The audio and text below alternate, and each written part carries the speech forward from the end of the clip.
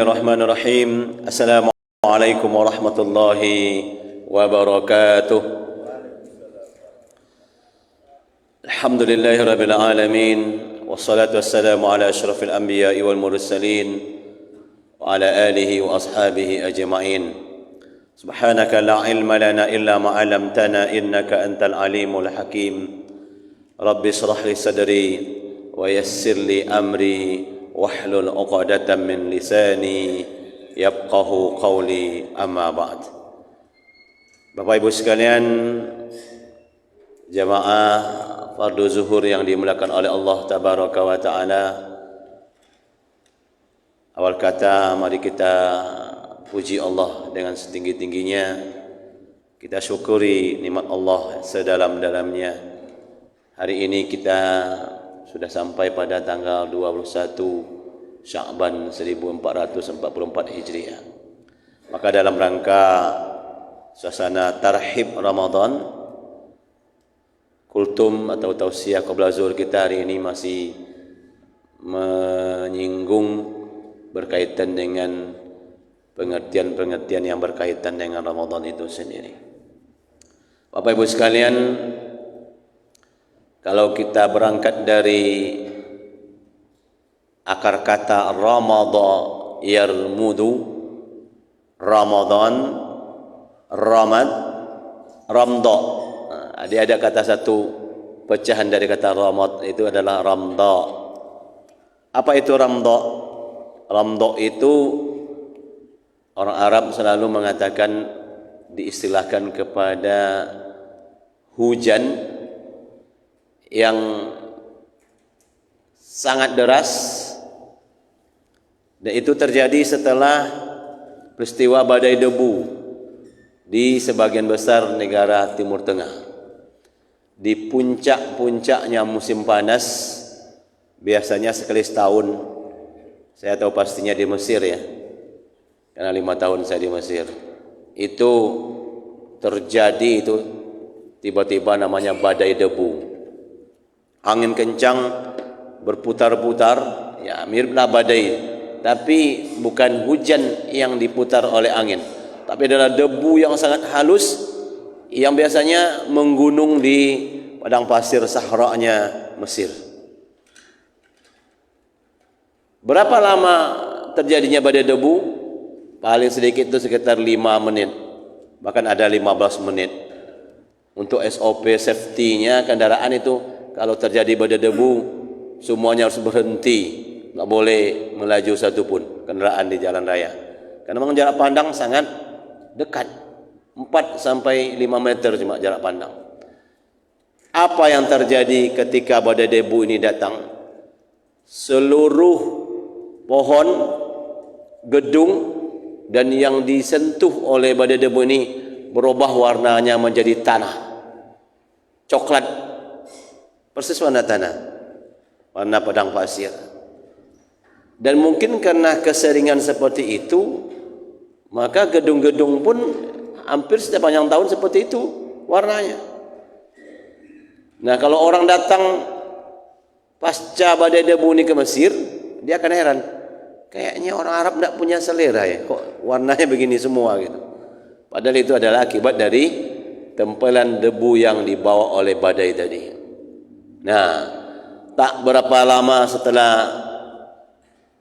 musim panas ini, menjelang masuknya musim gugur, maka sering terjadi hujan deras, benar-benar deras.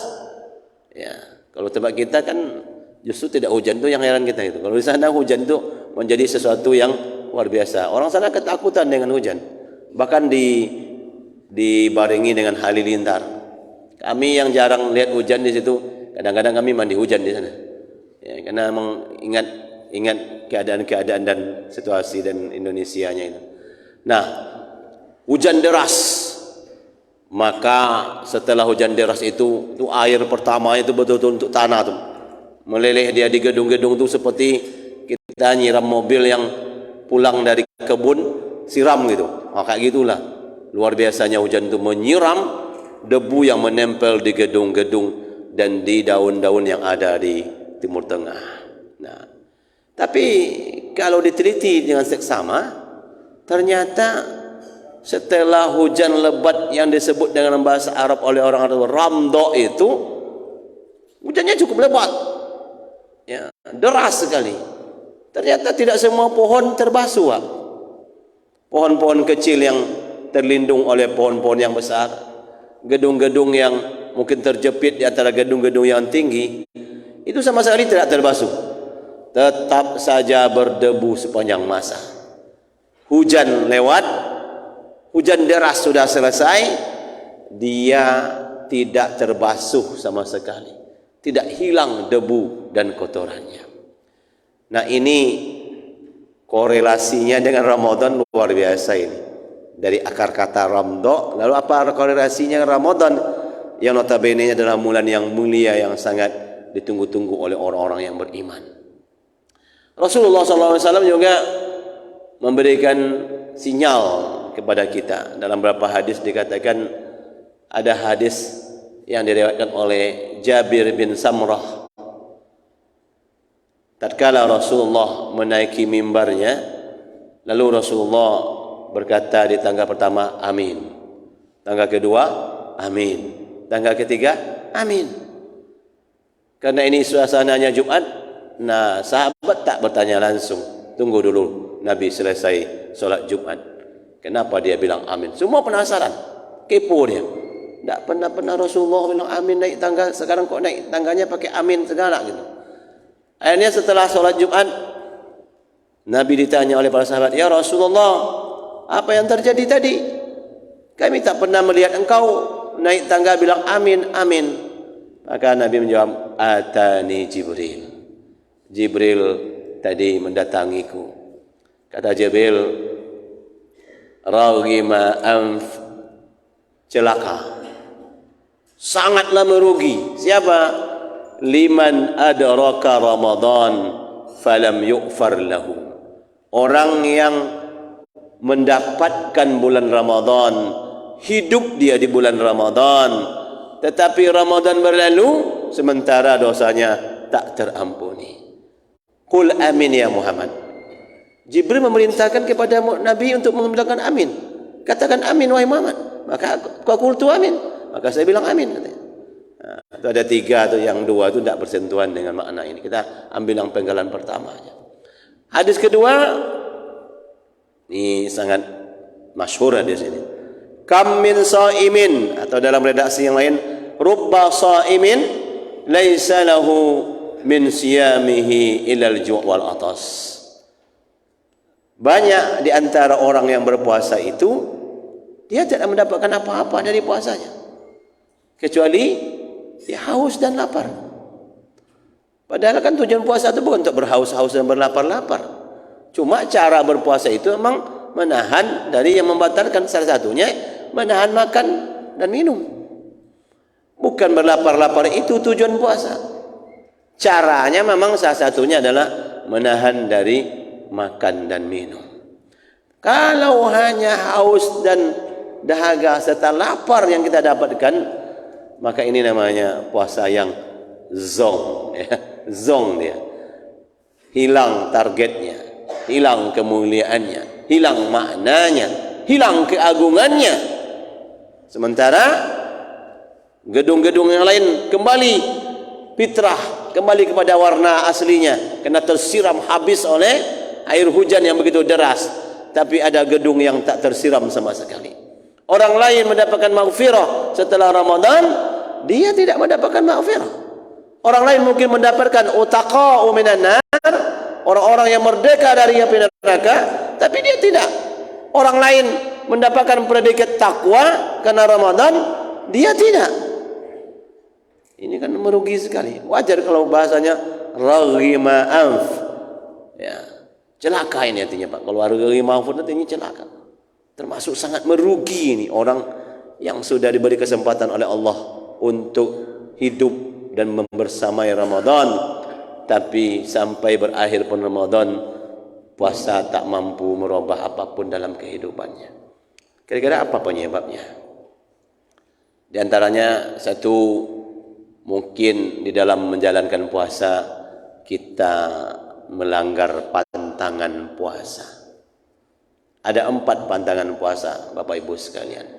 Dalam hadis dikatakan oleh Rasulullah SAW, hadis dari Abu Hurairah, fa iza kana yaumu saumi ahadikum, kalau seseorang sedang berpuasa di harinya, ini termasuk sunnah dan wajib ini, Nabi tidak menyebutkan puasa wajib sini, fala yarfus, larangan pertama, jangan terlintas untuk melakukan hal yang kotor-kotor, berkata yang kotor-kotor, berfikir yang kotor-kotor, menulis yang kotor-kotor, atau menghayal yang kotor-kotor.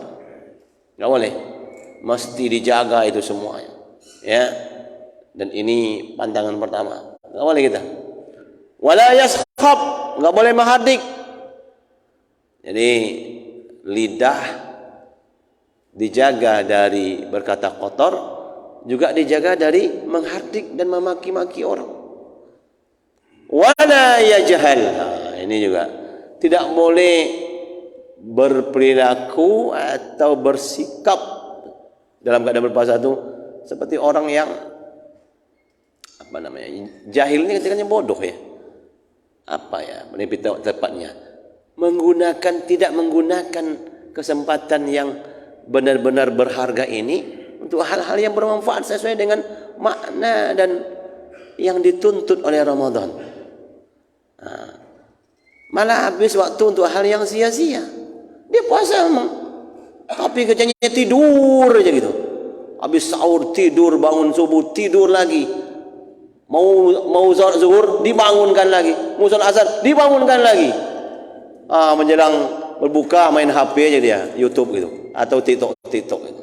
Atau mungkin di kalangan anak muda ya PUBG sama Mobile Legend ini. Habis oleh itu, Pak. Ini namanya ya jahal. Dia berperilaku tidak cerdas. Ya. Tidak memanfaatkan waktu yang ada untuk digunakan memperbanyak amal, memperbanyak ketaatan-ketaatan dan kebaikan-kebaikan di sisi Allah Subhanahu wa taala. Termasuk juga bermalas-malasan yang lain. Ya, malas kerja dengan alasan puasa. Ya, sampai di kantor tidur aja alasan puasa. Padahal sahabat-sahabat Rasulullah berapa kali itu dalam puasa itu perang loh Pak, berperang. Perang, bukan hanya kerja biasa. Sementara lawannya tidak puasa. Dia sedang berpuasa, harus angkat senjata melawan orang yang tidak puasa. Secara logika itu enggak masuk akal. Tapi permasalahan adalah masalah mentalitas ini. Ini masalah mentalitas. Mentalitas inilah yang harus dibangun kuat, bahwa jangan sampai gara-gara puasa kita merasa lemas dan merasa tidak mampu melakukan sesuatu, sehingga kita selalu identik istirahat dan istirahat.